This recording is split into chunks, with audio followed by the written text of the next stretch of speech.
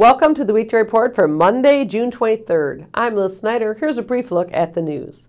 The Kenosha Unified School Board is down to the wire in selecting the district's next leader. The board has scheduled 2 closed session meetings this week with employment issues on the agendas. The 3 superintendent candidates are Sue Savaglio-Jarvis, Floyd Williams Jr., and Julie Beto-Schubert. The board earlier announced the selection would be made by Thursday.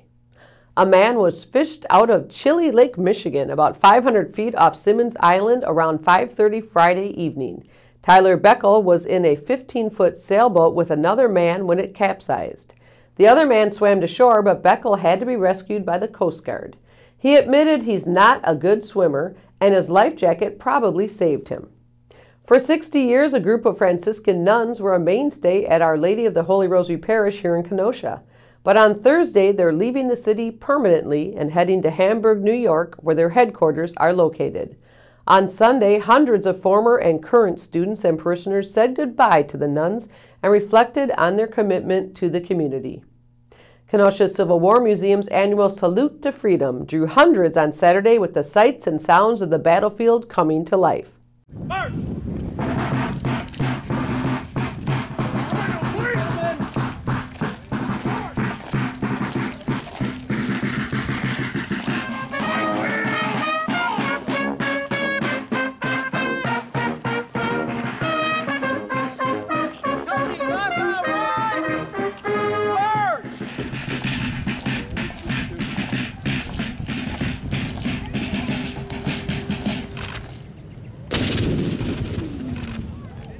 The usual 2-day event was trimmed to 1 day because most reenactors find it difficult to commit to 2 days. The Seed to Harvest Community Garden celebrated its first anniversary on Saturday. Joe Wynn, founder of Walkin' in My Shoes and coordinator of the garden project, is pleased with how it's shaping up this year. Right now we're just so overwhelmed to see the garden just filled with people from all over, just every ethnicity, community, to see the Assemblyman Todd Umstead come here to greet the kids and say hello to them. It's just a truly honor and a blessing for that to be happening. At the anniversary celebration, helpers harvested some produce for visitors. Also Saturday, folks gathered at Kennedy Park, where teams from across the Midwest converged for the 16th annual Harborfest Sevens rugby tournament. Matches were only 14 minutes long rather than the usual 80. The tournament served as a fundraiser for the Kenosha Vultures High School Rugby Club and the University of Wisconsin Parkside Club team. What's trending today? Although the weather doesn't feel like summer, Summerfest starts Wednesday in Milwaukee. All that food and music and even the famous racing sausages. If you plan to go, what's the big draw for you? Tell us on our Facebook page. Up next is David Marin with the Athletic Republic Kenosha News Athlete of the Week.